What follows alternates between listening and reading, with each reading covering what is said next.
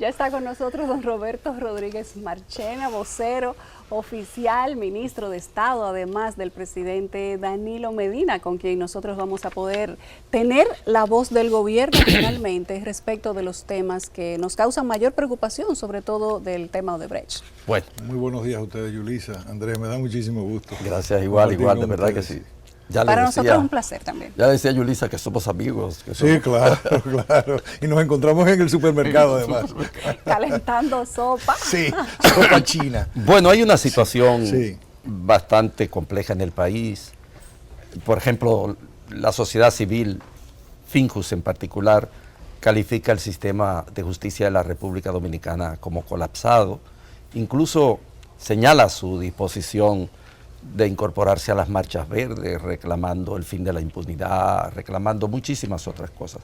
También las marchas son una manera de cuestionar todo lo que constituye el aparato institucional del país. Yo hablaba ahorita de que hemos dado en cierto sentido un salto de las demandas de tipo local, de tipo barrial, de pueblos, demandas puntuales, a demandas de tipo institucional, que son las que prevé todo el pliego de demanda de las marchas verdes.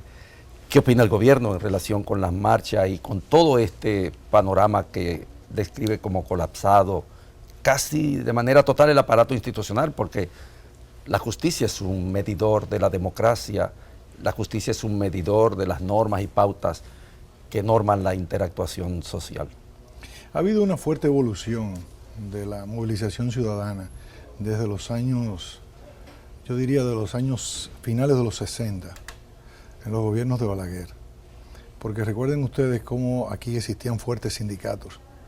Y entonces, ante la represión, el pueblo dominicano con mucha inteligencia trasladó su lucha al territorio, no a la fábrica, no a la empresa, donde estaba focalizada y podía ser objeto de destrucción. Entonces, al dispersarse en el territorio, pues era mucho más fácil los comités de lucha popular, todo aquello que había en el territorio. Y bueno, como tú bien señalabas, ha habido un proceso de reclamo desde el territorio, de mejoras de servicios, de infraestructura, de calles, aceras, contenes, agua, luz, etcétera, de parte del pueblo dominicano. Y asistimos todos los días en diversos puntos del país porque hay una insatisfacción ciudadana en cuanto el país se expande, se desarrolla, crece la población, aumentan los asentamientos humanos, muchas veces en lugares vulnerables, y la población naturalmente reclama servicios porque tiene derecho a ellos. Y tenemos un Estado con una baja capacidad de recaudación fiscal, que no está en condiciones de atender con la celeridad y con la calidad además los reclamos ciudadanos.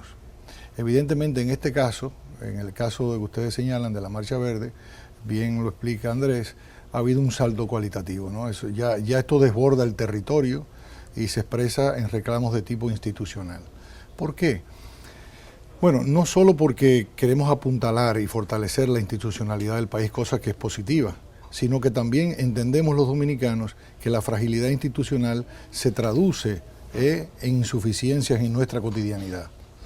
La gente calcula y dice, bueno, si las instituciones no funcionan, pues yo tengo menos educación, menos salud, menos vivienda, menos etcétera, etcétera, las cosas que los ciudadanos y las familias requieren. De modo que también ese reclamo institucional lo que expresa es la lucha por mejorar sus condiciones de vida. Nosotros cuando llegamos al gobierno hicimos el siguiente diagnóstico que nos ha parecido el más adecuado, de que cuando las comunidades están reclamando mejoras, puentes, carreteras, la gente lo que está reclamando es cariño. Claro. Cariño. La gente quiere que se ocupen de ella. Que entonces, le presten atención. Que le presten atención. Y esto se manifiesta en esta Marcha Verde. ¿Qué pasa? También nosotros entendemos otra cosa, de que nuestro gobierno pudiera avanzar más mientras más presión ciudadana tiene. Ningún gobierno que se precia de democratizador, como es nuestro gobierno, y voy a explicar por qué, puede estar ajeno al estímulo y a ser receptivo a la presión ciudadana. ¿Por qué? Porque nosotros estamos en una sociedad que se mueve por la confrontación de intereses. Entonces es muy propio de las reivindicaciones populares la movilización callejera. Otros intereses se mueven de manera diferente, presionan de manera diferente, no en la calle, en otros lugares. Entonces, si nosotros queremos democratizar nuestro país y ser receptivos y como esponja traducir esas corrientes, ¿verdad?, que apuntan hacia la democratización, tenemos que ver con simpatía, tenemos que ver con tolerancia estas expresiones. De modo que nosotros valoramos positivamente esta ciudadanía activa, participativa, que se expresa en la Marcha Verde. Nosotros no lo entendemos como una marcha contra nosotros. Nosotros no lo vemos así, sino lo vemos como una expresión ciudadana que es muy positiva, que nos permite a nosotros seguir avanzando. De modo que nuestro diagnóstico y nuestra actitud es positiva, no de desconfianza, no de criminalización, ni de diabolización de esas marchas. ¿Pero eso ahora o siempre, don Roberto? Porque nosotros vimos... Bueno, en nuestro gobierno, en el de Danilo Medina. Nosotros vimos al principio, cuando se estaba planificando la marcha del 22 de febrero, del 22 pasado, 22 de enero, cómo inclusive personas, funcionarios del gobierno y personas allegadas trataban con diferentes mensajes tratar de desvirtuar el origen de la marcha o la intención. Luego de eso se cambió a otro tipo de estrategia, aliándose, luego se cambió de nuevo, se cambió como 3 o 4 veces y fue algo evidente y notorio. Si lo asumen como parte de ustedes mismos, que la mejor pelea es unirse a la causa por la que lucha tu enemigo, y enemigo lo ponemos entre paréntesis porque el pueblo nunca va a ser enemigo del gobierno si trabajan en la misma dirección. ¿Por qué se cambió tantas veces la estrategia? No, la estrategia no se ha cambiado, Yulisa. El vocero oficial de la posición del gobierno es el presidente de la República. Que algún funcionario haya expresado fruto de esas cabezas calenturientas, de visiones políticas desfasadas, sobre los movimientos sociales, sobre lo que son las expresiones populares, bueno, ya eso es otra cosa, pero la voz oficial, quien expresa la voluntad del gobierno, es el presidente de la República, y él ha sido muy claro, y ahí, bueno, está su discurso del 27 de febrero. Nosotros lo vemos así es que lo entendemos. Naturalmente un gobierno no es un gobierno, el gobierno no es homogéneo. Ahora, su voz oficial es el presidente de la República, y muchas veces a los directivos de estos movimientos sociales, nosotros les hemos hecho saber que tienen que entender, tienen que mirar más de cerca la conformación del gobierno. Es lo que nos pasaba a nosotros desde la izquierda en los años 80. Mirábamos al imperialismo norteamericano. Pero Peña Gómez, por cierto, que se conmemora su nacimiento en el día de hoy, tuvo el talento de entender de que en ese bloque de poder en los Estados Unidos, pues había diferencias. Los liberales de Washington, como lo llamaba. Sí. Claro, se ha frivolizado esa expresión de los liberales de Washington, pero es una aproximación del análisis político mucho más certera de lo que podía tener la izquierda en aquel entonces. Es decir, hay contradicciones siempre en el bloque de poder, hay pugnas en el bloque de poder, hay tendencias en el bloque de poder, y usted tiene que tener la inteligencia de saber qué usted apuntala. Que usted apuntala en el sentido de su propósito, que es hacer avanzar. Yo aquí quiero hacer una última precisión sobre la marcha. Mucha gente se está expresando en las marchas, ¿verdad? Y nos está enviando un mensaje a nosotros como gobierno, que nosotros tenemos que tener la inteligencia para analizarlo y la sabiduría para actuar en consecuencia. Traducirlo. Ahora, ellos entienden que tienen que emitir ese mensaje. Nosotros tenemos que actuar. La posición del gobierno no puede ser encontrar la solución en la calle. La posición del gobierno es traducir ese mensaje, esas energías, vía las instituciones, que es lo que decía Andrés ahorita. Es decir, todo esto tiene que llevarnos a fortalecer nuestras instituciones. Claro, tienen que canalizarlo para poder dar soluciones. Entonces, la solución de esto, la sanción de esto, la lucha contra la impunidad, pasa por el fortalecimiento de la justicia, porque la justicia se convierte en creíble para los dominicanos y dominicanas, porque también, no olvidemos esto, y en el fondo creo que es lo que apuntaba Andrés, hay un descreimiento de la justicia, claro. Hay un descreimiento. porque la gente dice, no, me voy a la calle, no solo para enviar este mensaje al gobierno, sino también a otro poder, que es la justicia. Del sistema judicial en pleno. Entonces tenemos que tener la sabiduría y la inteligencia de que esto no nos lleve a desguañangar el país y finalmente no tengamos una solución, sino que todo esto, toda esta fuerza, toda esta energía tenemos que canalizarla para que al fin de cuentas mejoremos nuestra justicia y haya efectivamente sanción. Bueno, ¿qué es lo que aspira el pueblo dominicano? Vamos a hacer, Roberto, una breve pausa. Sí. Yo tengo una pregunta sobre el desguañangue, ciertamente. Que es una expresión de Bernardo Vega. Sí. Regresamos de inmediato. Regresamos al despertador. Roberto Rodríguez Marchena está con nosotros el día de hoy. Yo creo que Andrés le tenía una pregunta en la recámara. Respecto de lo de la justicia, yo comencé hablando del punto de vista de Finjus y de un segmento bastante amplio de la sociedad civil. Se considera colapsada la justicia en este país, no hay una relación entre los hechos y el régimen de consecuencias, por lo tanto es un cuestionamiento, digamos, bastante objetivo, bastante sentido por la población, pero hay otro, y por eso yo hablo del desguañangue, porque en cierto sentido también las marchas cuestionan toda la práctica política. Yo les decía, y lo hemos dicho Yulisa y yo aquí con dirigentes de la oposición, que las marchas verdes no cuestionan solo al gobierno. Claro. Cuestionan la práctica política. Porque la corrupción es un sistema en la República Dominicana. Y porque su vigencia, en cierto sentido, casi acompañó a la fundación del Estado-Nación. Pero déjeme darle un dato nada más. De acuerdo a la Dirección General de Impuestos Internos, la evasión en impuestos sobre la renta y ITEVIS el año pasado fue de 243.000 millones de pesos. Wow. De acuerdo a cifras de la Dirección General, ¿y eso qué es? Oh.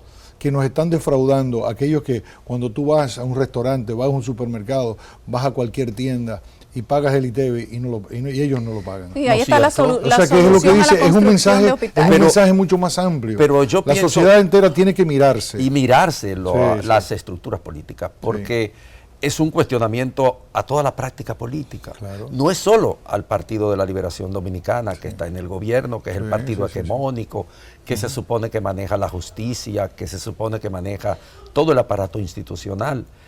Es también a una práctica política que en sí reproduce estos mismos modelos. Así es. En consecuencia, como miembro del partido de gobierno, tú no sientes el cuestionamiento, ya que según lo que tú señalas, no lo sientes en el gobierno, pero no lo sientes en el partido, por lo menos. Por supuesto, pero además esto es un fenómeno global. En algunos países no se da por la actitud cerrada de sus gobiernos, pero usted lo ve en España, usted lo ve en Francia, en los propios Estados Unidos. Es decir, el fenómeno Trump no es más que la expresión de una salida de la antipolítica populista de derecha, cuando había una opción populista de izquierda que era Bernie Sanders. Y entonces la señora Clinton expresaba el establishment. Sí, entonces, o sea, hay una sensación de que la democracia, de que esta clase política, por decirlo, aunque eso no existe como tal, pero digamos, la gente entiende que hay una clase política, no le está provocando satisfacciones necesarias. Entonces hay que revisarse. Y todo está ocurriendo aceleradamente. Yo les digo esto porque nosotros adoptamos una actitud muy cercana por el tema de la comunicación. Nosotros le damos seguimiento cotidiano a todas horas, 24/7, al comportamiento ciudadano. Porque hoy día el ciudadano y la ciudadana están más empoderados que antes. Es decir, el papel que juega el ciudadano como consumidor y distribuidor de noticias ha aumentado terriblemente. Entonces, todo ese fenómeno que se expresa en las redes sociales, nos está indicando a nosotros que ese fenómeno tiene profundas raíces. O sea, esto no es un fenómeno pasajero que nos obliga a nosotros a un cambio en la manera de ejercer el poder. Fíjense ustedes nada más, los cambios que hubo desde la presidencia de Leonel Fernández a la presidencia de Danilo Medina en la manera de gobernar. Danilo naturalmente es así, pero también había un pueblo que reclamaba otra presidencia, una presidencia más cercana, una presidencia más dialogante. ¿Y qué nos estás diciendo ahora? Necesitamos una presidencia que vaya más allá. Es que la gente se cansa hasta de la belleza prolongada. No, pero no es la belleza nada más, sino que también los sistemas envejecen. Todo cansa, y tiene que renovarse. Marchena. ¿Qué digo yo? Un próximo presidente de la República tiene que incorporar todas estas cosas que la gente ha descubierto que puede tener un presidente. Yo puedo tener un presidente que se parezca a mí, que sea cercano, que sea dialogante, que sea muy trabajador. Es decir, todas esas virtudes la gente ha descubierto que es posible, que ya no tenemos que tener... Que sea transparente, sí, que crea un poco más en el poder de la gente. Pero también está diciéndonos, necesitamos un poder político que nos escuche, que nos responda y que nos rinda cuentas. ¿Entiendes? Entonces, todo eso es un mensaje. Si la clase política, la llamada clase política, no entiende esto, entonces está en problemas. Discúlpame, Andrés. Nosotros vamos a hacer el ejercicio para entenderlo. Antes de salir de ese tema, usted ha hablado precisamente de que hay una clase que aparentemente se cansa, se ha cansado de lo mismo, se ha cansado de la derecha, eligen lo que les supone una diferencia sustancial respecto de lo que les afecta de manera directa, y en eso hay mucha responsabilidad en la clase media. Pero no solamente Donald Trump es el ejemplo que nosotros podríamos tener, hay muchos que van más allá. El caso de la popularidad de Marine Le Pen, con aquel discurso que tiene ella completamente... populista de derecha. Claro, se ha fortalecido mucho ahora con Trump. Sí, y déjame decirte, tradicionales votantes del Partido Comunista Francés votan por Marine Le Pen. Sí, ahora sí. Sí. Bueno, pero ella se parece un poco a Donald Trump también, tiene una frase muy acogida. Del populismo empatan en algún punto. Claro, porque uno es populismo de derecha y otro es populismo de izquierda. Al final es decir, la frontera, exactamente. Entonces ese es el riesgo, Pero vamos más allá, podemos ir todavía a Egipto, podemos ir a donde está Duterte. ¿Por qué la gente eligió al presidente Duterte? Porque estaba cansado de lo mismo y les prometió que iba a acabar con los narcotraficantes, con los ladrones, y que lo iba a hacer de una manera radical. Ahora están al grito porque todo lo que se va al extremo le hace daño a la sociedad, pero es una manifestación real de que estamos llegando a los cierres de algunos ciclos. República Dominicana también se encuentra cerrando ciclos y la manifestación ciudadana es una prueba de ellos. ¿Están ustedes desde el gobierno tan conscientes de que esta situación de recrudecimiento social, de empoderamiento de los ciudadanos podría marcar ese ciclo y que ustedes están históricamente situados en el punto de la diferencia? Mira, nosotros lo que tenemos que tener una lectura inteligente de lo que está haciendo y nosotros conservar esa condición de esponja para poder nutrirnos de todo ese mensaje que nos están dando y reconvertirnos, porque el riesgo es el populismo. Sí. Entonces, porque si los políticos, los partidos políticos no saben entender los cambios que tienen que hacer dentro de la serenidad, dentro de la institucionalidad, se va a imponer entonces otra norma, que es muy riesgosa. Entonces, ese es el desafío de los partidos políticos. Entonces, por eso nosotros decimos, hemos recibido el mensaje de la calle, pero el gobierno no está en la calle, el gobierno está en las instituciones. No debe estar en la ¿entiendes? Entonces, pero cuando hay fallas de las instituciones, obviamente que eso afecta al gobierno. Pero que el talento que tenemos que tener en el gobierno, digamos, también de los sectores empresariales, de las clases medias, de la intelectualidad, de la inteligencia de este país, es entender que nuestro objetivo es fortalecer las instituciones, no gobernar en la calle, porque si no lo que viene es el caos. Una pregunta. Y en el caos... Llegamos al mismo extremo. Entonces, porque ¿cuál es el asunto? Usted puede tener un descontento, un malestar, expresar un malestar. Usted emite un mensaje, pero usted no tiene derecho a dañarme mi negocio. No. Usted no tiene derecho a dañarme mi inversión. O a perturbar la posibilidad de que yo pueda conservar mi empleo, o mi pequeña finca que está en producción, o mis posibilidades de atraer turistas. Es decir, usted tiene que tener esa serenidad, porque no es porque yo esté molesto voy a levantar la mesa y tirar el tablero hacia arriba. ¿Me explico? Entonces, vamos a serenarnos. Si tú tenías un mensaje que darme, ya me llegó, entonces espérate que yo actúe, espérate. Porque si no, si llegamos al extremo de que te impacientas a un punto tal, entonces vamos a dañarlo todo. Mira, yo he notado, porque mencionabas a Trump ahorita tú, que en la República Dominicana vive como si Donald Trump no hubiera llegado a la presidencia. Por ejemplo, en relación con lo que son las políticas proteccionistas, en algún momento nos va a tocar algún daño de esa actividad de Trump. La mayor parte de los países centroamericanos, México, han organizado ayuda para sus nacionales en los Estados Unidos. Y que yo sepa, la República Dominicana no ha hecho nada en ninguno de estos dos sentidos. O sea, parece que la llegada de Trump no nos va a afectar por ningún lado y que los dominicanos allí no se van a ver necesitados de auxilio en lo que respecta a diligencias migratorias, porque el Estado dominicano no se ha movido, el gobierno dominicano no ha organizado oficinas o grupos de orientación, de apoyo a enorme cantidad de dominicanos que están ilegales en los Estados Unidos. Sí, mire, muchas veces por la retórica del presidente Trump se entiende que viene una política muy hostil hacia la República Dominicana.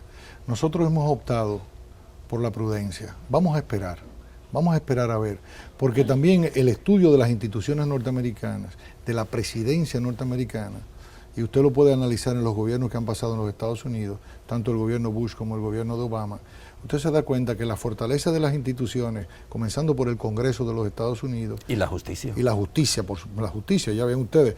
Trump toma una medida y un juez se la tumba. La justicia tiene más nivel de independencia. Sí, no, pero que también hay instituciones. Un presidente no puede hacer lo que da la gana. Debería ser así aquí también. Pero por supuesto. Entonces, un presidente no puede hacer aquí hace lo que da la gana. No puede hacer lo que da la gana. Entonces, ¿qué quiero decir?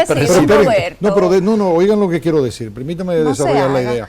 El presidente Trump puede querer algunas cosas, pero las instituciones norteamericanas puede que le digan que no o moderen muchas de sus posiciones. De modo que la República Dominicana, en lugar de crear alarma, vamos a observar. Bueno, déjeme comenzar por un dato. Okay. El hecho, nuestro presidente le manifestó en una carta al presidente Obama nuestra preocupación con el Tratado Transpacífico, que pudiera afectar nuestras zonas francas. Y le pidió la reconsideración de algunas de estas cosas. El hecho de que ya el presidente Trump dijera que no va a participar, es una buena noticia para la República Dominicana. Claro. Para empezar. Una señal de apertura. Sí. Entonces, se dice, bueno, Trump va a expulsar muchas personas, pero el presidente que más ha expulsado extranjeros en toda la historia de los Estados Unidos fue Barack Obama. Sí. Entonces, lo también que pasa es que había una diferencia en el discurso. Barack Obama era una persona con un discurso muy diplomático. Donald Trump no solo eso, hay una práctica. O sea, el Sí, problema con Obama... pero lo que quiero decir es que vamos a esperar, vamos a ver qué va a pasar. Y en el caso de las embajadas tenemos abogados, tanto... No se ha publicitado eso, yo no lo he Sí, visto. pero lo existe, sí, fue una de las primeras medidas que tomó el gobierno de Danilo para orientar a los dominicanos y dominicanas en los Estados Unidos. Los hay, abogados nombrados por el gobierno. Entonces, bueno, con las limitaciones de lo que ha sido nuestra política exterior, de nuestro cuerpo diplomático, y que refleja la debilidad del Estado dominicano. Es decir, un Estado fuerte, poderoso, naturalmente se ocupa de sus nacionales, no solamente de sus migrantes, trabajadores, obreros, lo que fuere, sino también de sus inversiones, de sus intereses fuera de su frontera. Bueno, en el caso de los dominicanos en el exterior, sobre todo el núcleo que está en los Estados Unidos, es muy importante económicamente. Claro, las remesas. El nivel de la remesa es significativo en el Producto Interno Bruto. Así en este mismo país. es, claro que sí. Don Roberto, ¿y fue prudente el discurso entre el presidente Medina en la reunión de la CELAC junto con Raúl Castro y el presidente Maduro, hablando de proteccionismo y derechos con estos dos presidentes que son prácticamente dos dictadores? Bueno, mire, la CELAC es un organismo regional y entonces esos presidentes vinieron como representantes de sus países. Y bueno, la CELAC es un espacio de cohabitación de los países de América Latina, independientemente, eso es prudencia también. Independientemente del régimen que se hayan dado sus pueblos. Es decir, nosotros somos respetuosos. Es decir, que ahí esté Cuba y esté Maduro, claro, que esté Chile, que esté Perú, bueno, tenemos que aprender. No es culpa nuestra que estén ahí, ¿verdad? No es asunto de culpa, sino del derecho soberano de los pueblos de escoger. Y nosotros lo que procuramos es tener las mejores relaciones para que estas relaciones nos permitan ventajas, beneficios para el pueblo dominicano. Bueno, volvamos al punto de partida. Sí, cómo no. Que todo el mundo habla de Odebrecht, ajá, incluso en una expresión casi unánime se considera un punto de inflexión respecto de lo que constituye la impunidad en la República Dominicana, que es bastante ostensible, está a la vista de todos. ¿Qué crees tú, como vocero de la Presidencia de la República, que puede ocurrir en los próximos días? Se habla de que se van a encarpetar algunas personas, Se habla de la no independencia real del procurador, que el procurador lo conversa todo, lo solicita autorización directa del presidente de la República. En una palabra, ¿qué va a ocurrir en este punto en el que estamos con Odebrecht? Con Odebrecht, porque la gente espera que ocurran cosas. Y van a ocurrir. Espero. La voluntad del presidente de la República, que está siendo alimentada, energizada por los reclamos ciudadanos, como decía el presidente, yo escucho su clamor, yo estoy del lado de ustedes. Ese clamor ciudadano, ese sentimiento, independientemente de las calles, porque en las calles solo se está expresando el 4% del sentimiento nacional. Recuerden la encuesta Gallup, decía que más de un 90% de los ciudadanos y ciudadanas estaban de acuerdo en la lucha contra la corrupción y contra la impunidad. Y el 91% apoyaba la Marcha Verde. Es por eso, pero solamente 4% se movilizó en las calles y en las redes sociales. Es decir, que una cosa es el sentimiento de la gente y otra cosa es la movilización. Pero aún así, nosotros somos conscientes de esa gran mayoría de ciudadanos y ciudadanas. Pero más del 70% decía también que creía que no iba a suceder nada. Sí, pero bueno, es la incredulidad, lo que hablaba Andrés. Sí. Hay un descreimiento de la justicia. Entonces, el Procurador General de la República, en su accionar, está expresando la voluntad del presidente de la República. Entonces, allí se va a perseguir, se va a aclarar esta situación, caiga quien caiga. Es un asunto de tiempo. Yo lo que pido y pedimos nosotros, hay que tener paciencia. Las instituciones tienen su propia lógica. Muchos quisieran que nosotros nos apresurásemos, para entonces después se caiga el expediente. Lo queremos, solo tenemos y no queremos chivos expiatorios ni juzgar a los que no son, queremos los reales. Pues entonces vamos a esperar y vamos entonces a apoyar al procurador. Yo lo que pido a la gente que está en la calle, escuché tu mensaje ya me llegó. Ahora déjame actuar. Ahora déjame actuar, porque a mí me toca actuar como gobierno. Bueno, hay en los, casi acabamos, pero hay en lo que respecta a la práctica inmediata decepciones concretas, por ejemplo, el caso de los tucanos. En los tucanos se puede decir que es un caso juzgado, es un caso cerrado. No está cerrado, ese caso está abierto. En los Estados Unidos. Piccini está preso. Pero bueno, Piccini sabe es la colita del problema. Bueno, pero tiene la colita, vamos a esperar que se desarrolle. Dos cosas antes de irnos, que ya nos hacen señas que casi termina. Y deben de venir más presos, porque Piccini no fue el único. No, yo no lo sé, no conozco el expediente. Dos cosas. El año pasado, febrero, específicamente 2016, Mónica Moura en su confesión dijo que ellos habían entregado dinero para la campaña del presidente Danilo Medina, lo cual pone al gobierno de República Dominicana también en una situación difícil. ¿Qué estrategia piensan ustedes trazar al respecto? ¿Se va a mencionar eso? ¿Se va a investigar eso también junto con el caso de Brecht? Bueno, dicen que ella dijo. Dicen que ella dijo. No, eso está en el periódico Globo de Brasil, sí, del 28 de febrero. Usted sabe que Globo siempre ha estado en contra del PT y de los gobiernos del PT. Es decir, eso fue una campaña, y Bella también, la revista Bella. Sí, entonces, Globo dice que Moura dijo. Bueno, habría que ver si ella dijo. Y lo otro es, habría que ver si la palabra de Moura es palabra de Dios. Entonces, eso hay que verlo. Yo lo que le puedo asegurar a usted es que todo esto se va a clarificar, y caiga quien caiga. Sea lo que sea, se va a saber. Sí, así es. Después de Joao Santana, no nos apresuremos. Don Roberto, ¿quién maneja la estrategia del presidente? ¿La estrategia de quién? La que manejaba Joao Santana, publicitaria. No, nosotros Nadie. mismos, nosotros directamente. No es necesario Joao ya. ¿Quién? Joao Santana. No se necesita. En absoluto. En absoluto. No, en absoluto. Nos vamos, señor Don Roberto, gracias por haber estado con nosotros. Nosotros vamos bien.